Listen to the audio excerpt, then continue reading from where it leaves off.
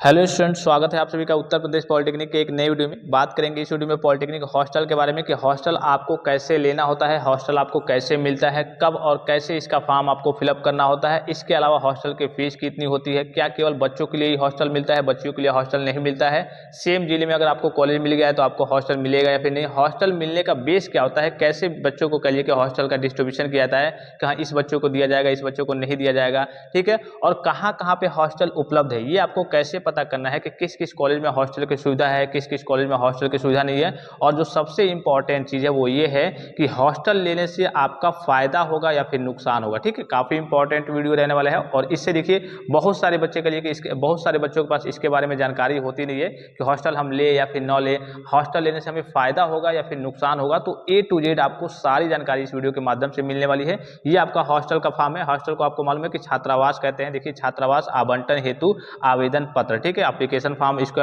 मतलब एप्लीकेशन के लिए कि एक फॉर्म भरना होता है, एप्लीकेशन फॉर्म आपको मिलता है, वो भरना होता है। उसके बाद से आपको हॉस्टल अलॉट होता है।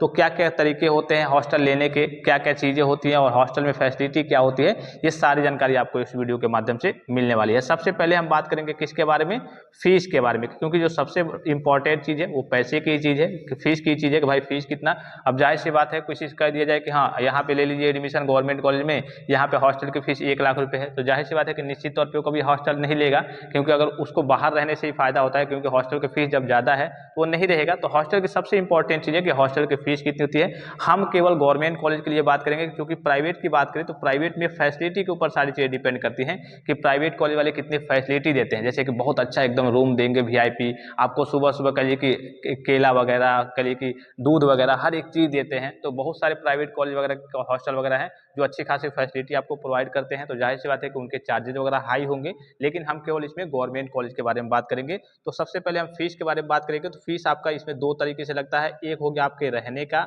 और दूसरा हो गया आपके खाने का। रहने में आपको सारी चीज़ें फ्री मिलेंगी। एक आपको अलमारी मिलेगा, एक बेड मिलेगा, एक चेयर मिलेगा, एक टेबल मिलेगा, एक पार्टिकुलर रूम रहेगा जिसमें 2 या फिर 3 बच्चे रहेंगे, ठीक है। थोड़ा थोड़ा सेक्शन अलग होता है, कोई दिक्कत नहीं होती है, अच्छा खासा रूम आपको मिलता है। तो जो रहने का पूरा आपका चार्ज लगेगा वो 2300 रुपये 1 साल का लगेगा। कितना?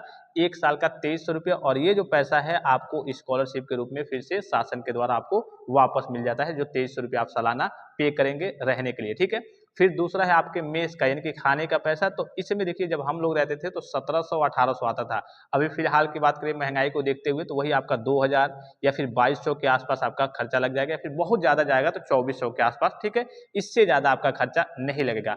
अब वही बात करते हैं, अगर आप बाहर रहते हैं तो इसी के देखिए यहाँ पे अगर मान लीजिए कि आप हॉस्टल लेके रहते हैं तो क्या करना होगा, आपको ना खाना बनाना होगा, ठीक है। केवल आपको खाना है, बनाना नहीं, क्योंकि आप पैसा दे रहे हैं हॉस्टल मेस का 2200 या फिर 1800 या फिर 2000 या फिर 2300 जितना लग रहा है, ठीक है, आप पैसा दे रहे हैं। अगर वही आप बाहर रहते हैं तो आपको गैस की व्यवस्था करनी पड़ेगी। मान लिया आपने रूम ले लिया, रूम का खर्चा तो आपको देना ही पड़ेगा, फिर गैस की व्यवस्था करनी पड़ेगी।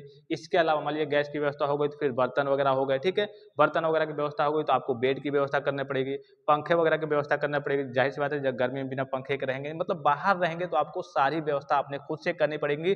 वही हॉस्टल में रहेंगे तो आपको अलमारी, बेड, चेयर, टेबल, पंखा, ये सारी चीज़ें आपको फ्री मिलेंगी। बस आपका काम क्या रहेगा, खाना पीना और पढ़ना। जो आपका एक प्लेट रहेगा विशेष, एक जो थाली रहेगी वही आपको धुलना रहेगा, और कोई बर्तन भी नहीं धुलना है, ना ही कोई काम करना है, ठीक है। ये सारी चीज़ें करिए कि अगर आप बाहर रहते हैं तो यही दिक्कत होती है कि आपको सब काम अपने से करना है और सारी व्यवस्था आपको खुद से करने पड़ेंगे, तो बहुत दिक्कत होती है। फर्स्ट ईयर में अगर आपको हॉस्टल मिल रहा है तो निश्चित तौर पे आप हॉस्टल की ओर जा सकते हैं, हॉस्टल को ले सकते हैं। अभी इसके मैं एडवांटेज डिसएडवांटेज भी बताऊंगा, ठीक है। ये हॉस्टल के फीस के बारे में मैंने आपको बता दिया।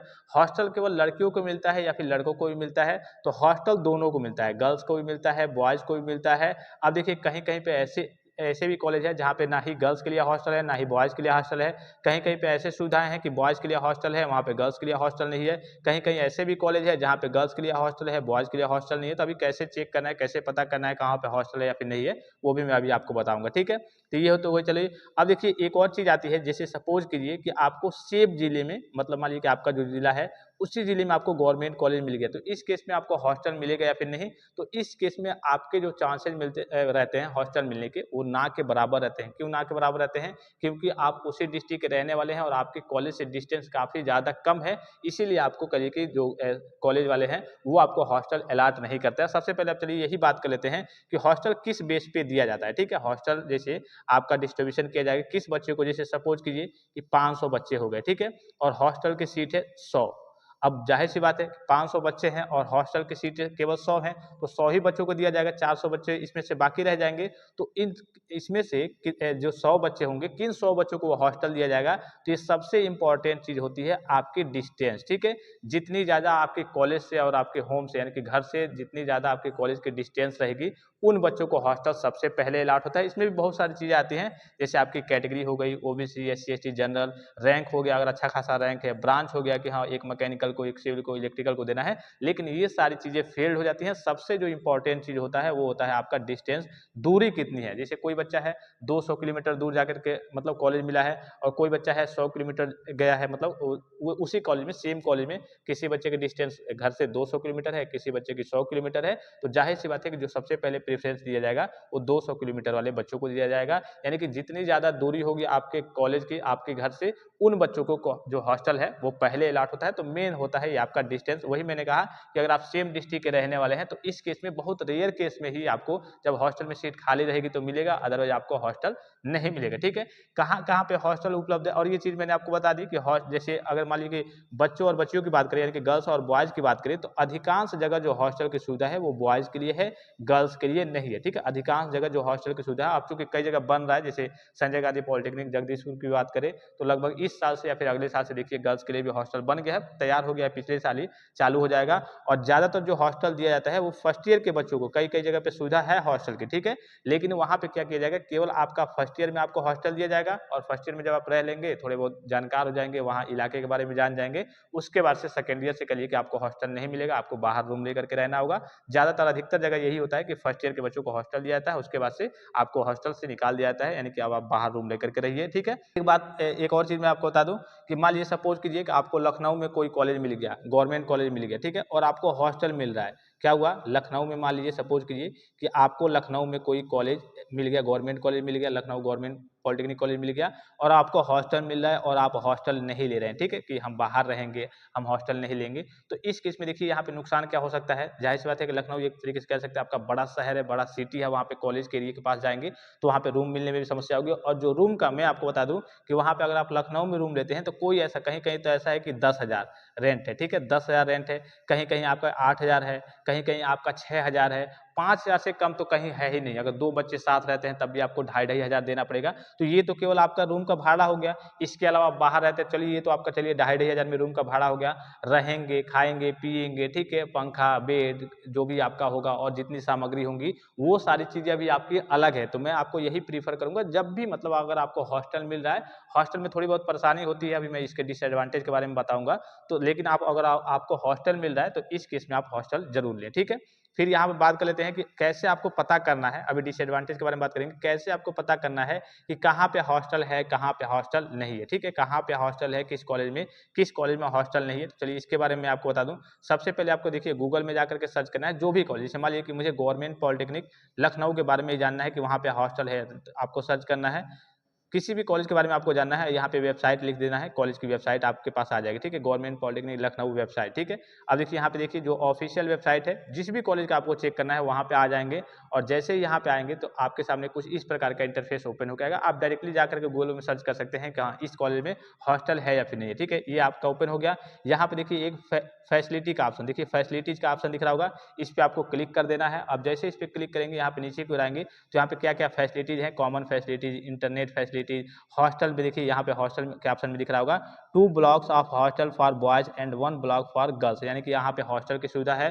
2 ब्लॉक्स है, यानी कि 2 बिल्डिंग है, बॉयज़ के लिए है और 1 गर्ल्स के लिए भी हॉस्टल है, तो यानी कि यहाँ पे हॉस्टल की सुविधा है। इस प्रकार से जा करके आप हॉस्टल चेक कर सकते हैं, जिस भी कॉलेज का, जो भी कॉलेज आपको मिलना है या फिर कहिए कि मिलने वाला है, या फिर जो भी कॉलेज आप कहिए कि चॉइस फिलिंग में किए हुए हैं कि हाँ, हमें ये कॉलेज मिल जाए, तो जिस भी कॉलेज का आपको चाहिए, वहाँ से जा करके डाटा आप क्रोम से, गूगल से सर्च करके देख सकते हैं कि वहाँ पे हॉस्टल की सुविधा है या फिर नहीं है। ठीक है, तो आई होप कि मैंने आपको सारी चीज़ें बता दी।